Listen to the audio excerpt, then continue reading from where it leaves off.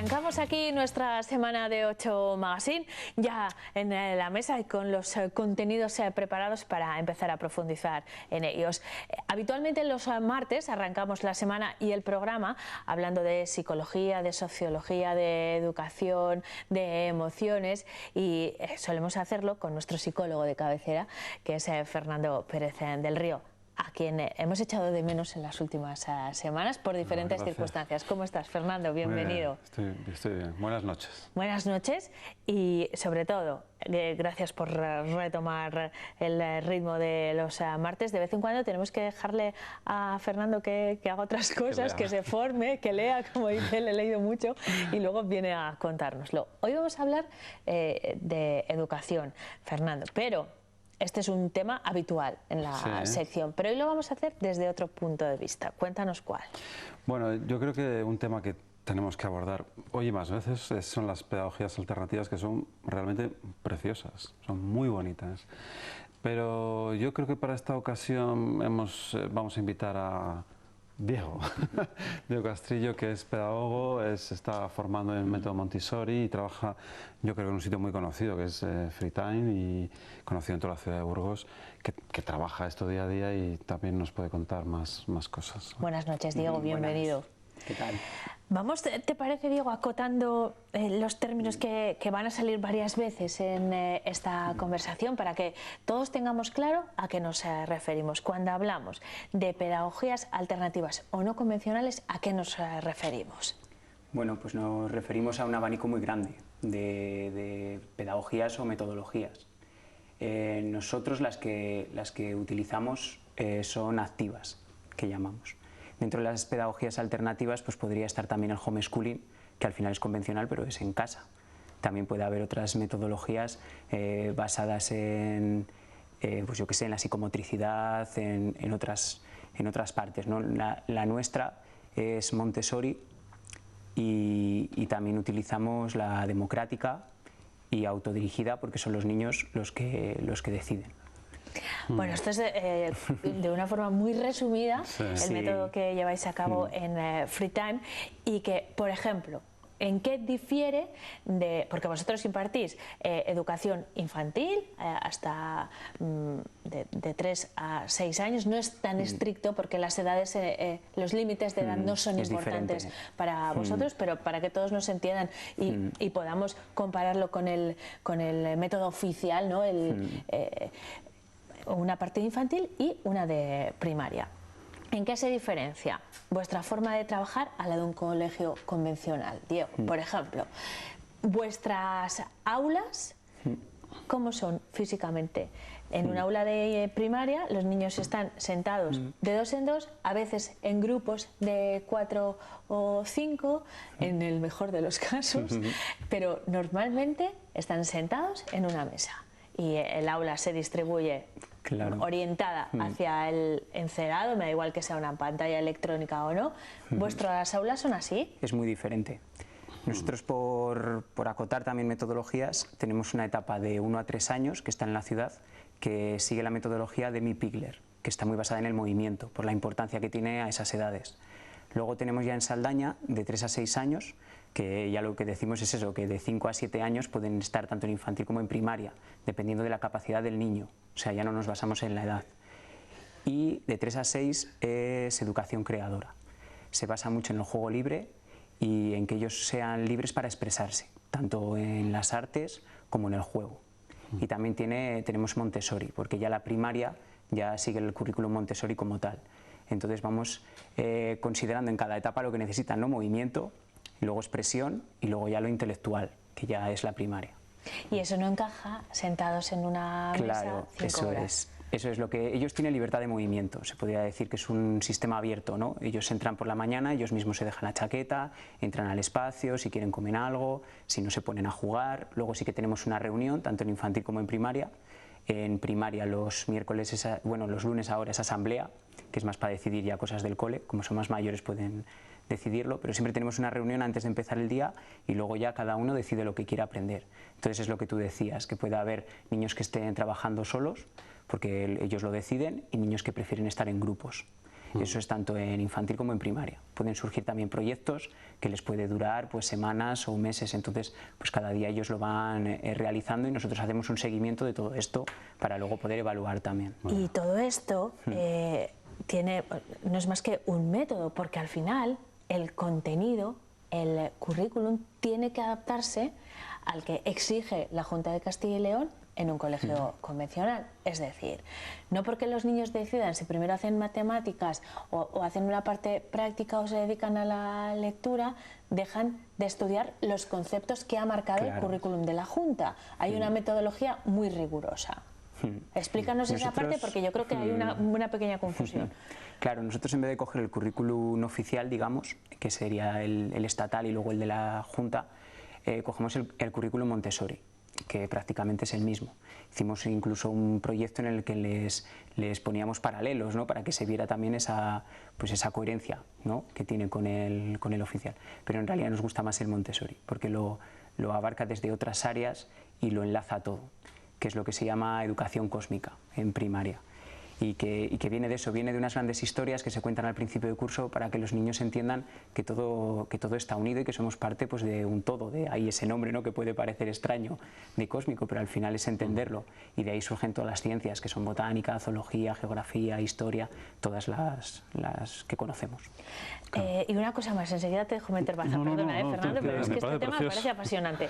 Me gustaría añadir una cuestión más. Cuando hablamos de método Montessori, no estamos hablando de ninguna innovación en absoluto. La doctora María Montessori ideó este método en el siglo XX y ha venido aplicándose desde entonces de diferentes maneras. Ahora hablamos de por qué no se lleva a cabo en la escuela convencional, pero se basa sobre todo en la idea de que los más pequeños aprenden de una forma natural, atendiendo un poco a las necesidades individuales.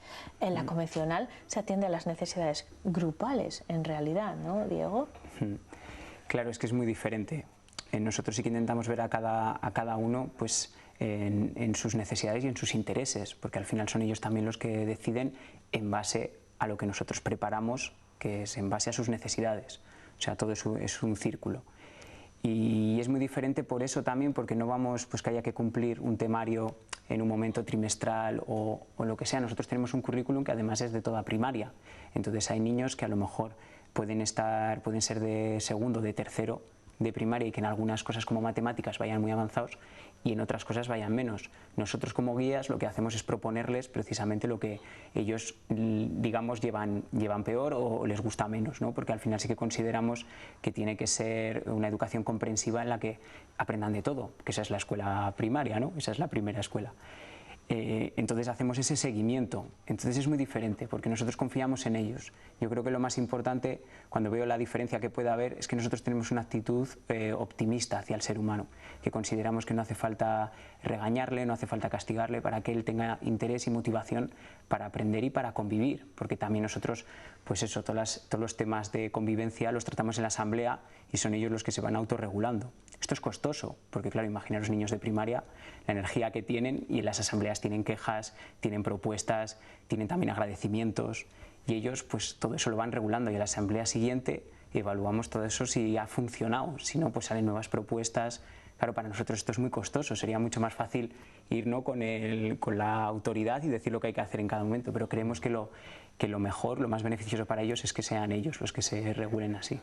Fernando, ¿tú por qué crees que este tipo de metodología no se aplica en los colegios convencionales? Hombre, pues yo creo que es más complejo en la logística, en los materiales, en la formación. Y bueno, por todas esas razones. Después también en la universidad es difícil, porque yo llevo una guía docente, tengo que cumplir unos plazos y unos trabajos, y bueno, puedes hacer cosas, pero no te puedes mover mucho de ahí, ¿no? Ojalá. Porque el futuro es trabajar por proyectos, como estás diciendo tú, también no con niños, sino con mayores, ¿no? Ellos encuentran su deseo, su motivación, que los sigan. De hecho, Fernando ha compartido conmigo una documentación de la Universidad Complutense, que ya tiene un aula para formación con varios profesores en un entorno también no convencional. Diego, vamos a seguir poniendo ejemplos concretos. Vale.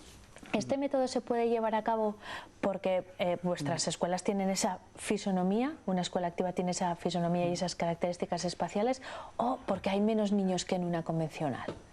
El número es importante. Claro, nosotros sí que es verdad que como escuela activa tenemos una ratio menor, porque lo decidimos también en la asamblea de adultos, hemos decidido esta ratio, ¿no? Que sería de 1,9, que es muy diferente, claro, a la de un cole. Pero en realidad en colegios Montessori, en un cole es 1,22. Claro, que es una diferencia. 1,25, eso es. Es una diferencia grande con nuestro proyecto en particular, pero una escuela Montessori como tal, digamos, pues las escuelas Montessori que llevan ese nombre que existen en España, tienen una ratio mucho mayor, tienen ratio incluso de 1,30 e incluso de 1,40. María Montessori en sus escritos hablaba de 1,40. Claro, esto tiene trampa, ¿no? Que la trampa es que es un trabajo desde bien pequeños, muy individual, o sea, van entrando escalonadamente, no empiezan con los 40 desde primero de infantil, sino que empiezan con 1, 2 o 3, luego 5, luego 8, luego... Y claro, cuando esa metodología está ya asimilada... Eso es, claro. Entonces esa es la trampa, pero en realidad en una escuela Montessori que ya tiene esa cultura escolar, pueden tener una ratio así, de 1 como guía, porque luego hay un asistente, serían 2, 40. Y eso es real, y existen esas escuelas así, claro, eso lleva un trabajo detrás grande. Nosotros aplicarlo, claro, cuando a mí me preguntan qué se puede hacer en la escuela convencional, yo siempre les digo que lo más importante y que se puede hacer es la asamblea. O sea, eso no cuesta nada, porque eso es reunirse una vez a la semana y hablar de cómo quieres que sea tu clase, mismamente, o sea, dejarles decidir algo, aunque sea, y ya es una mejora, y ya poco a poco de ahí puedes ir trabajando en meter más innovaciones. Pero yo siempre digo, empieza por la asamblea, que es genial, porque los niños se sienten parte, y entonces ya no entran en esta lucha, ¿no?, del niño con el adulto, de ocultar cosas, de pues que nos van a decir algo, esto no, tal, porque al final no ves al niño real, si no le dejas participar y no confías en él. Sí. Fernando, adelante. A mí me recordaba, yo cuando era más estudiante leí el libro de A.S. Neil de Summerhill, que me impactó muchísimo, es de pedagogías alternativas. Y la asamblea era sagrada, pero eran asambleas gigantescas hace mucho tiempo. Claro. Y yo recuerdo anécdotas curiosísimas, a un niño no se le obligaba a ir a la clase. Iban porque querían. Entonces ya un periodo de transición, ¿no? Este tipo de formación activa, como nos decía Diego, ¿qué beneficios tiene en los niños concretamente? Bueno, y después en los adolescentes. Claro, para mí, resumiendo mucho, porque este tema porque tenemos solo 2 minutos. Quiero decir, yo que antes contrataba gente para trabajar como terapeutas y tal. Claro, yo buscaba lo que se llama el currículum oculto, es decir, buscaba gente espabilada que solucionaba problemas, pero no que solo tuviera memoria, porque al final lo que se demuestra es que has tenido memoria para estudiar una carrera, ¿no? Entonces eso, yo creo que ahí está la diferencia. Gente que le das un proyecto y lo saca adelante, que puedes confiar en eso. Gente espabilada que busca sus cosas, no sé, es otra dinámica diferente, ¿no? Claro, cuando contratas a gente ahora, pues lo que ha demostrado es que tiene memoria. Y es más o menos normal, inteligencia, no más. Ahora podríamos preguntarle si tiene unas pedagogías que le interesa, qué proyectos ha desarrollado, es diferente, es muy diferente. O sea, fomentas otro tipo de actividades. El deseo, la motivación. Eso es. Que no, es otra cosa. Bueno, Diego, vas a tener que venir otro día porque queremos profundizar un poco más en este tema, pero queremos darte las gracias por habernos acompañado esta noche, por habernos aclarado muchas ideas, y otro día seguimos hablando desde un punto de vista práctico también, ¿te parece? Vale. Estupendo, muchas gracias. Fernando, tú vas a volver el próximo martes. Toca presentar un libro de Escuela de Padres. De un autor que se llama Fernando Pérez del Río, a quien ustedes conocen muy bien, que de vez en cuando tenemos que dejarle tiempo para que lea y también para que escriba libros. Nos lo cuentas la semana que viene, ¿vale? Gracias a los dos. Y a ustedes les vemos después de que actualicemos la información de la jornada. Lo hacemos en formato express.